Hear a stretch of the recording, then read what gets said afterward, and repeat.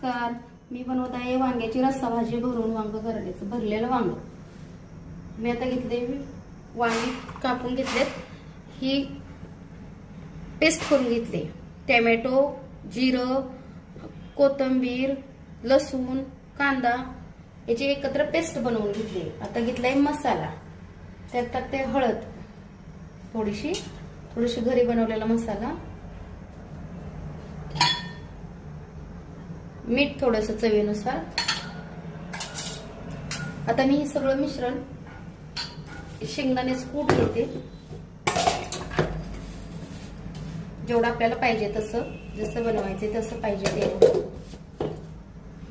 मी आता हे टाकत आहे ह्याच्यात वाटण. थोडंसं ह्याच्यात टाकते, थोडंसं तेलात टाकणार आहे. मी आता ही वांगी सगळी भरून घेते अशी सगळी. आता तेल तापत ठेवले कुकर मध्ये. त्यात कढीपत्ता सोडते. हे थोडंसं मिश्रण वाटण आहे ते ह्याच्यामध्ये सोडते. जरा भाजलं म्हणजे फ्लेवर चांगला येईल. आणि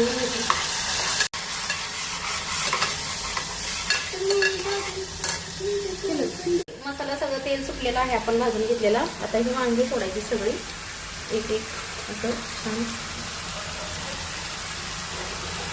छान परतून घ्यायची. छान वांगी अशी परतून तेलात घेतलेत. तो राहिलेला मसाला पण त्याच्यात घातला. आता ही पाणी होते. जरा ते भांड व्यवस्थित करून आपल्याला जेवढं हवं शिजेल एवढं पाणी ओतायचं. जेवढं तुम्हाला जशी भाजी हवी असेल तसं तुम्ही करू शकता.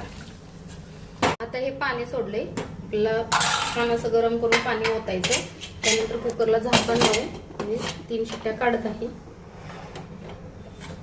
त्याचा चिरून लसूण घेतलाय आपण ह्याच्या भाजीसाठी.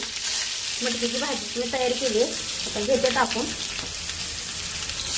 थोडंसं हलवून घेते तोपर्यंत मी. जरा कांदा तोपर्यंत त्यात थोडीशी कोथिंबीर, थोडंसं जिरं, थोडंसं घरी बनवलेला मसाला, थोडीशी हळद, 1-2 दालचिनी, थोडंसं एक तमालपत्र. मिश्रण भाजले. त्यात थोडीशी मसाला टाकते घरून. आता मटकी टाकले मी. थोडंसं पाणी ओतून शिजत ठेवते. शिजल्यानंतर तुम्हाला कशी झाली ती मला व्हिडिओमध्ये दाखवते. वांग तयार झालेलं आहे. त्यात थोडीशी आपण वरून थोडीशी कोथिंबीर सोडूया. मटकीची पण भाजी झाली. त्यात थोडीशी कोथिंबीर सोडूया. हे असं झाले भाजी. लाईक करा, शेअर करा, सबस्क्राईब करा. आवडल्यास सबस्क्राईब करा.